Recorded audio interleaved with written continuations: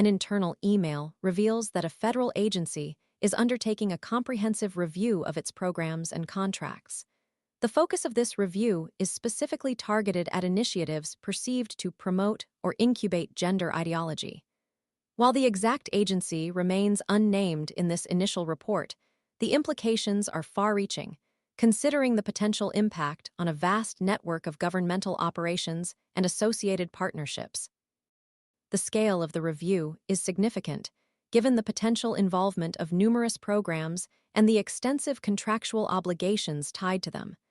The stated objective of the review, as indicated by the internal email, is to align agency activities with a broader policy shift regarding the treatment of gender identity within governmental contexts.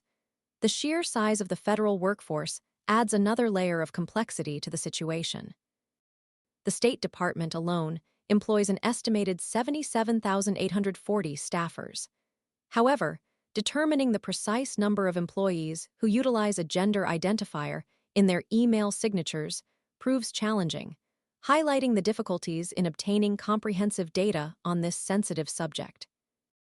This lack of readily available, precise data underscores the complexities involved in tracking and analyzing the impact of policy changes on individuals within the vast bureaucratic framework of the federal government.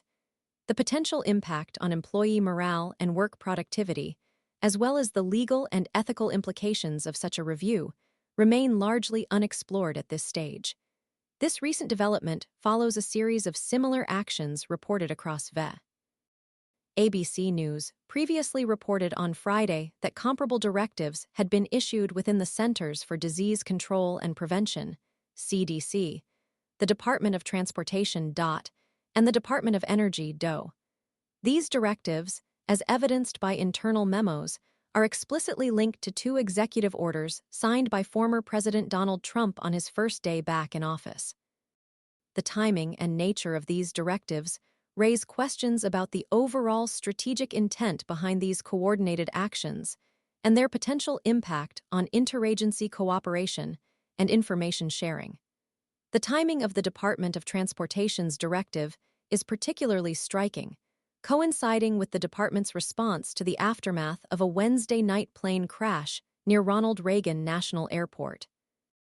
This confluence of events raises concerns about the potential disruption of crucial operations during times of crisis, underscoring the need for careful consideration of the timing and potential consequences of such sweeping policy changes. Energy Department officials, according to ABC News, directly linked their directive to President Trump's executive order mandating the removal of Diversity, Equity, and Inclusion Day. Language in federal discourse.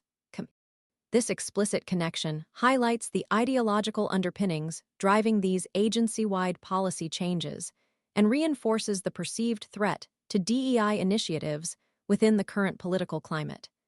The situation further escalates with the recent actions of Marco Rubio, the U.S. Secretary of State. An internal cable obtained by The Guardian reveals that Secretary Rubio issued instructions to immediately halt all applications requesting the use of the gender identity marker X for passports and official documents.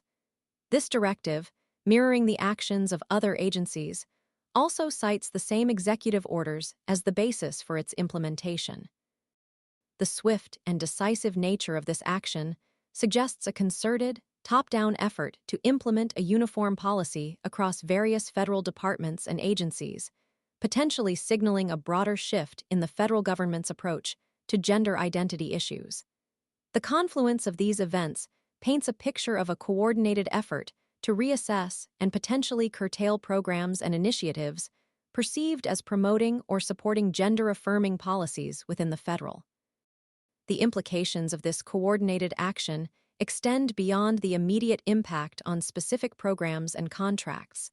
The broader consequences for employee morale, interagency cooperation, and the overall public perception of the federal government remain to be seen. The long-term effects on federal policy, particularly concerning issues of gender identity and inclusion, will require close observation and analysis in the coming months and years. The lack of transparency surrounding these internal directives further complicates the situation. emphasizing the need for greater accountability and clarity in the implementation of such significant policy changes.